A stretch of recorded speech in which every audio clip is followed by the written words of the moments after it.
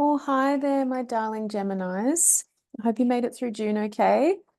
We got through the solstice. There's been some interesting energy in the air. Let me know how you're going where you are. I know we're all in the same collective soup and it does change per hemisphere, but what I had in mind for July, which is an idea that my guides have been feeding me, is just to go into the depths of a few things that feel like we're on the precipice of. So I feel there's some deep healing happening. And if the divine has organized that for us, the tricky part in human incarnation and being in physical bodies is engaging with discomfort and going towards it, knowing that we will evolve, which that's what we want. We want to learn and grow and evolve always, but knowing that it's scary and risky and that we might lose things and it might be uncomfortable, messy, not pretty. I think that's what creates fear, and then we step back. So if there's been any kind of avoidance or trauma responses or a fight and flight mechanism going off for you, I'd really like to address that with 3 tarot cards and 3 shadow cards. I think that'll give us a good balanced approach to jumping cards. Thank you. A balanced approach to what we're navigating. Now, remember, navigating a 5D frequency in a 3D world is not going to be easy. Spiritual awakenings are messy within themselves. Creating realities beyond what you've been conditioned to believe is difficult. Living in a time where there's so much contrast, where there's so much awakening at one time, where there's so much ancestral stuff coming through, so much discourse in the world, living in a time where we are embracing our individuality, but then seeing the demise of that as well, knowing that we need to break away from old structures and family systems and the system itself in order to find our own sovereignty, but also knowing that that is isolating within itself. And there's definitely a period of isolation and loneliness that happens for 99% of people that I see do it. It's very rare that you do it at exactly the same time as someone else. I wonder if twins go through that, but it seems like even they might be having similar experiences, but in their own version of awakening. And I think sometimes in desperation, we hold on to old patterns, belief systems, people, relationships, just to have that comfort of, but I just need someone to hold my hand. I need someone to be with me and I need to know it's all worth it, right? But you know, it's meant to be daunting and messy, and we're right in the thick of it. And I believe everyone that's watching is too. So hopefully a bit of channeling will come through for you. The guides are pretty excited to get on this for July. So I'm going to paint a picture in the 3D world so we can get an idea about the structures going on there, and then the shadow realm using my Stalk Your Shadow Oracle deck, which I self-published. What a journey that was. And if you have any questions, put them in the comments, but also I'll be doing a live stream. I'll put that in the description, the day and the time. I've tried to schedule it at a time here that is still manageable for you guys in the US, because I believe there's a lot of you following us, which is awesome. I'd really love to have you there. And we'll just coordinate those time zones and it's going to be really fun. So, Gemini, take note of how far you've come. You've really built up a support network within yourself. Your self-worth is excellent, right? Take check of that. Look at your healing and response rate and how you've turned around your triggers and how you've built yourself structures and support networks that are really working out for you, that are signaling to you that you've done really good work, that you're at a place that you never thought you would get to. Pat yourself on the back and have that as the anchor point for this discussion. We're going to get there with a plan. The Emperor is that I'm going to go out there and do it. I'm going to do it step by step. I'm going to nail the plan. I'm going to have the plan. I'm going to have the structure in the 3D world, right? If there's leaks and gaps in your 3D world that aren't organized, that aren't aligned, this can be anything from someone that's taking advantage of you because you don't have boundaries, to poor skills in money management, to a lack of knowledge in health, so your routine isn't aligned with where you're going, to the wrong people giving you the wrong advice at the wrong time, whatever it is, something's a little bit off, because when the Emperor comes in, he goes, right, we're going to do this. We're going to need a plan, and we're getting these very determined energy. It's actually usually very Aries energy. So in a way, he's ready to battle. He's ready for war if he needs to. He is cloaked and relaxed, but underneath is armor. So it reminds me of showing up to an important meeting, to an important conversation with calm, neutrality, and compassion, but being ready to express what you need and go to the ends of the earth for those needs if the opportunity arises, right?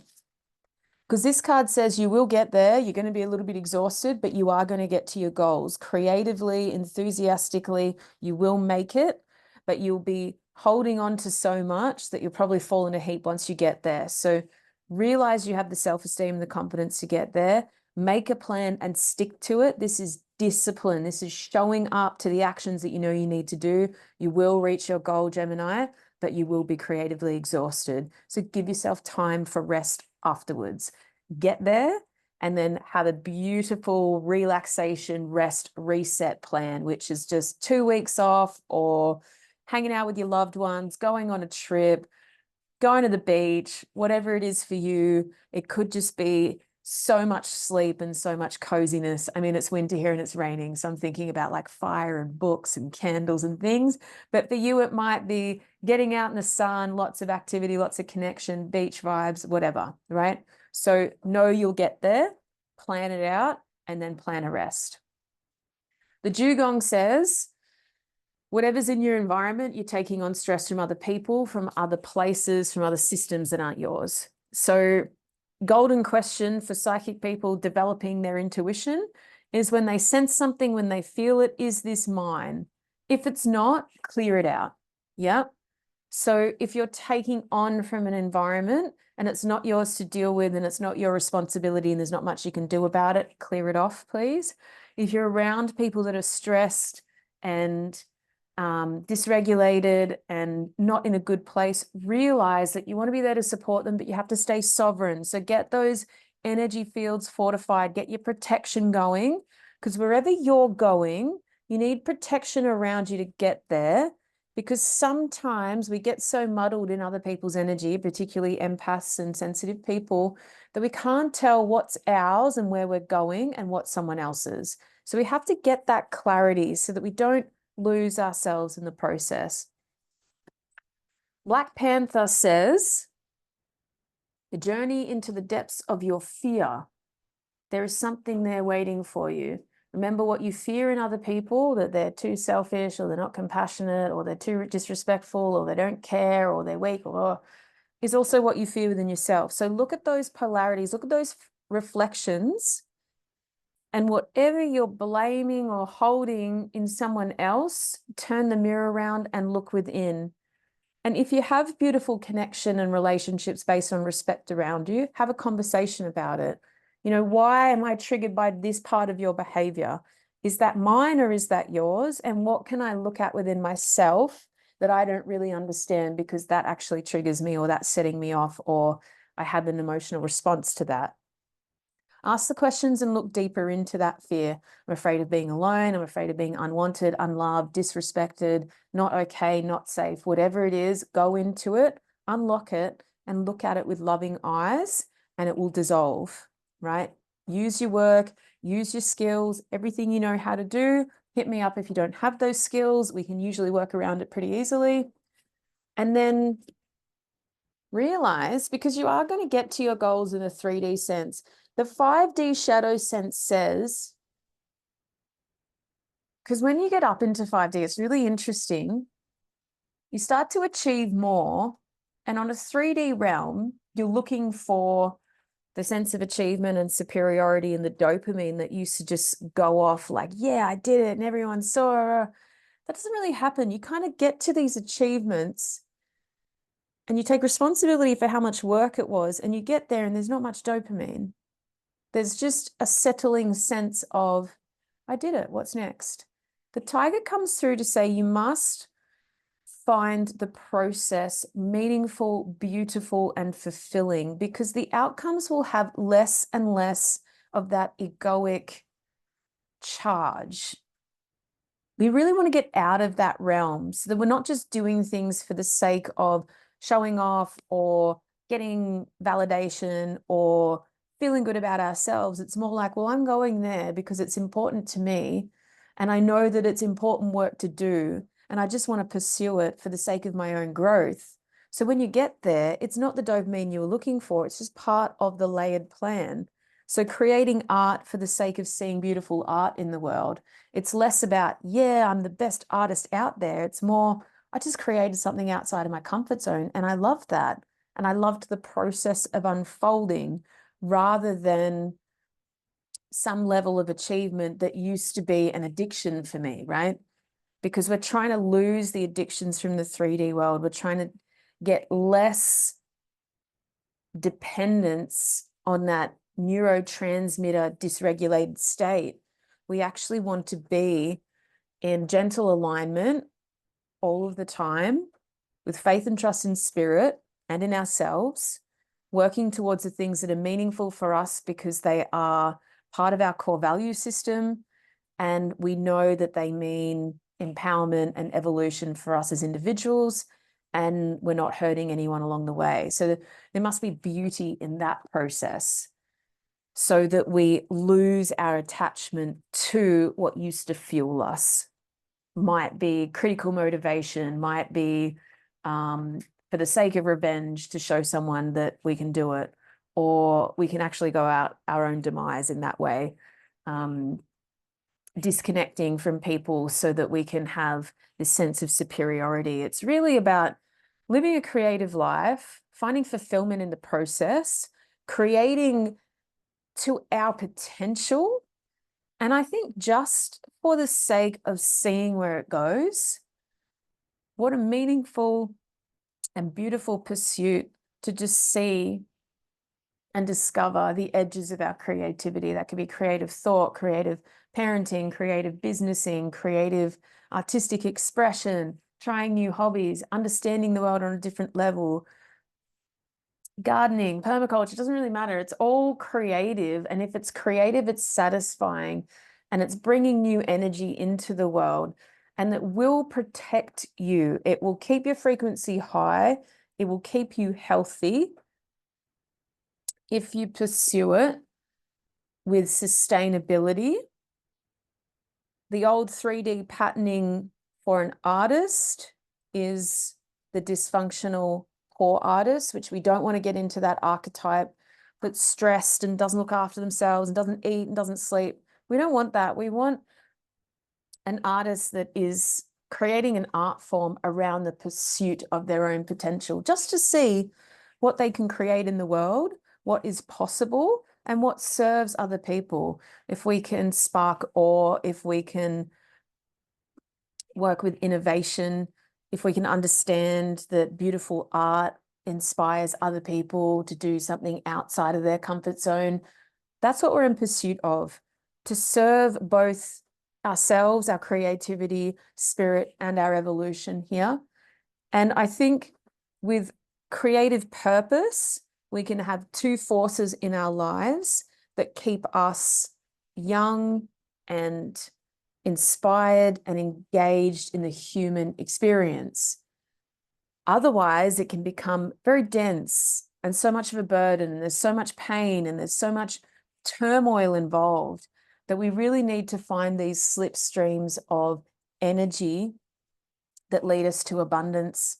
And sometimes that's letting go of attachments to achievement, to profit, to greed, to isolation, to competitiveness. Oh my gosh. If you do it for the sake of competitiveness, you'll always lose. But if you want to explore your own potential and collaborate with others to see what we can do within a community, that's really cool stuff. And that will shatter the system's dense programs around that industrialized idea about turning everyone into these robots of greed and money, right? we know what that does to mental health. We know what it's done to the system. We know what it's done to the schooling systems and medical systems, everything, right? You make a choice if that's the way you want to roll, or whether there's this other creative slipstream that we can find that says, I just want to create because it makes me feel alive and it makes me connect with spirit.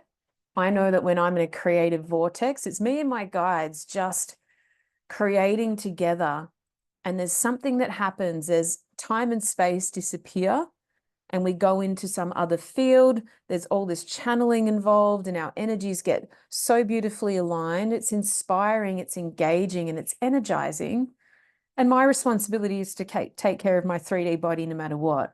So eating right, sleeping, exercising, meditating, all of those things, knowing that if I can have a sustainable, creative career and purpose, then I'm probably better off than getting washed up in a system that doesn't align with me. And I'm a very sensitive, intuitive person. I figured out a long time ago that institutions, all they do is drain my energy because there's not enough connection. There's not enough creativity. There's not even enough color. There's not enough space to do it in the way that you want and feel encouraged and cheerleaded to do so. It's really like to maintain the status quo and to get this many people through this amount of information, we have to regulate it, we have to standardize it. And that's based on a very neurotypical, black and white, logical process. And that's cool.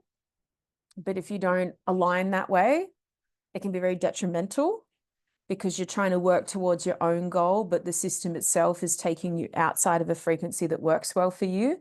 But then if you pull yourself out, you're feeling like you're on your own. So we must find alternative ways to reach our goals, to find our dreams and our aspirations, to feel supported and loved and connected to the right people, having the right conversations, and to create together. What a beautiful world when we can create for the sake of it together and collaborate on that and do things for fun and for meaning, and to hold those polarities all at once.